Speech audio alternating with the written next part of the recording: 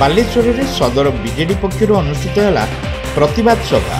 बिजू बाबू को छोट कर अपचेष्टा अक्षमणीय बोली कहले नेता। नव उत्कलर निर्माता एवं महान जननायक बिजू पट्टनायक जन्मदिन पालन पंचायतराज दिवस को अलगा करने सांगू बिजू बाबू प्रतिमूर्ति भंगा घटना बीजेपी दलर हीनमन्यतार उदाहरण एवं जो व्यक्ति कोटी ओडिया हृदय रही छोट करने बीजेपी जो चेष्टा करिछि ताहा अक्षमणीय बोली बालेश्वर सदर बीजेडी पक्षर सदर ब्लॉक सम्मुख में आयोजित प्रतिवाद सभार नेता माने मत व्यक्त करिसेंति। आयोजित प्रतिवाद कार्यक्रम में बीजेडी बालेश्वर संसदीय क्षेत्र नेत्री डॉक्टर लेखाश्री सामंत सिंघार, पूर्वतन विधायक स्वरूप दास और सुधांशु शेखर परिड़ा जोगदे बीजेपीर राज्यव्यापी कार्यधारा को तीव्र समालोचना करथिले। एभली कार्यर प्रतिवाद रे समग्र राज्य में बिजू जनता दल लड़ई जारी रखिबो। जे पर्यंत बीजेपी तार भूल स्वीकार न करिछि से पर्यंत एही आंदोलन जारी रहिबो बोली सेमाने चेतावनी दिथिले।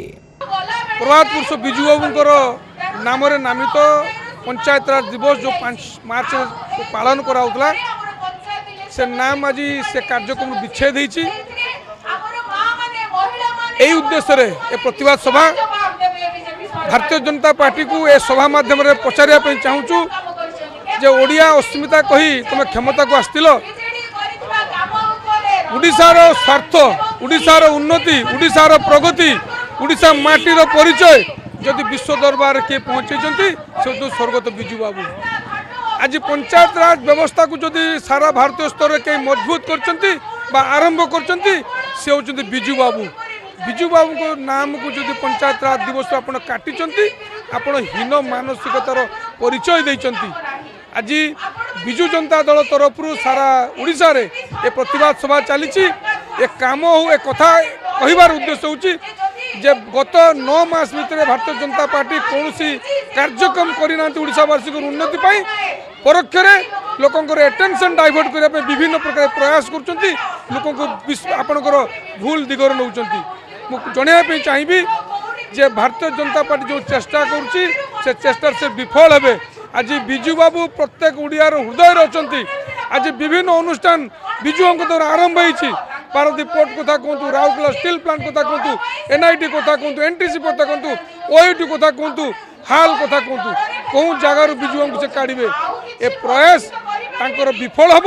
एवं आगामी दिन आप देखिए जो ओडिया माने स्वाभिमान लड़ुंट बिजू बाबू से आदर्श हिसाब से मानती और बिजू बाबू जो असम्मान कर प्रत्येक ओडिया जागृत हम एवं उपयुक्त जवाब भारतीय जनता पार्टी को देव।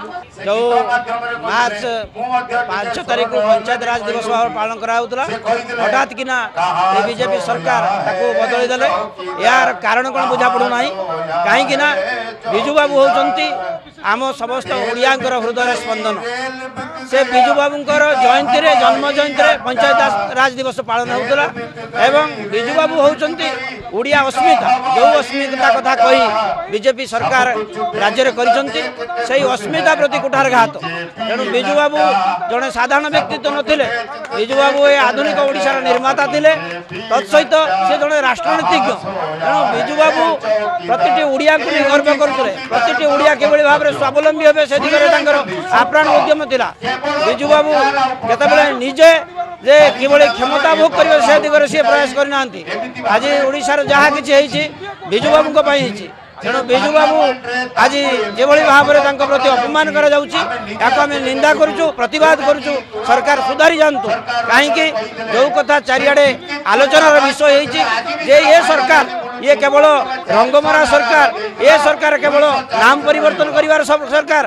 आज ये जो पंचायत राज दिवस पालन करवा दिवस को भी चेंज करदे से परिवर्तन जो करुचंती यह प्रमाण करुच्ची ये हीन मानसिकता। ये हीन मानसिकतार से निश्चित भाव में ओहरी आसवा उचित।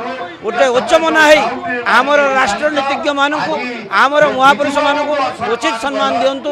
ओडिया अस्मिता को बजाय रखु जो ओडिया अस्मिता कथा से ଏହି ପ୍ରତିବାଦ ସଭାରେ ବିଜେଡିର ବରିଷ୍ଠ ନେତା ରଞ୍ଜନ ବାଗ ଅଧ୍ୟକ୍ଷତା କରି କାର୍ଯ୍ୟକ୍ରମର ଆଭିମୁଖ୍ୟ ସମ୍ପର୍କରେ ଆଲୋକପାତ କରିଥିଲେ। ଅନ୍ୟମାନଙ୍କ ମଧ୍ୟରେ ବିଜେଡିର ଯୁବ ନେତା ସଂଗ୍ରାମ ମଲ୍ଲିକ, ପୂର୍ବତନ ପୌର ଉପାଧ୍ୟକ୍ଷ ମନୋଜ କୁମାର ରାଉତ, ସଦର ବ୍ଲକ ବିଜେଡି ସଭାପତି ବସନ୍ତ ପଣ୍ଡା, ସାର୍ଥା ପଞ୍ଚାୟତର ବରିଷ୍ଠ ନେତା ପ୍ରଫୁଲ୍ଲ ଜେନା, ଅଙ୍କୁର ତରେଇ, ନାରୀ ନେତ୍ରୀ ରାଜଲକ୍ଷ୍ମୀ ଚାଟାର୍ଜୀ, ପ୍ରାକ୍ତନ କାଉନସିଲର ବିଶ୍ୱଜିତ ମହାପାତ୍ର, ଜିଲ୍ଲା ପରିଷଦ ସଦସ୍ୟା ସୋନାଲି ବିଶ୍ୱାଳ, ପ୍ରାକ୍ତନ କାଉନସିଲର ସଞ୍ଜୟ ବେହେରା, ନଳିନୀକାନ୍ତ ଦାସ, ଛାତ୍ରନେତା ବିଭୁ ଦତ୍ତ ପରିଡ଼ା ପ୍ରମୁଖ ପ୍ରତିବାଦ ସଭାରେ ଉଦ୍ବୋଧନ ଦେଇଥିଲେ। आमर प्रिय मुख्यमंत्री सहित प्रभात पुरुष विजु पट्टनायक छड़ई गल्ल एवं एते महान लोक सी जो असम्मान काली करागला नाम रे जो जन्मदिन रे पंचायत राज दिवस पालन कराउतला एवं स्कूल कॉलेज पिला मानकु छुट्टी दिया होतला एवं गोटे महान पुरुष विषय आलोचना होतला ताकू जो नूतन सरकार आसी बंद करदेले ताकू सेटा ओडिशा वासी को दुख लगी एवं आम समस्त को दुख लगी से आम प्रतिवाद रे सभा करचु। हे सरकार तुम जो भूल मानसिकता भूल चिंताधारा को सुधारी दियो जो माने सम्माननीय जनक लोक तांको सम्मान दियो।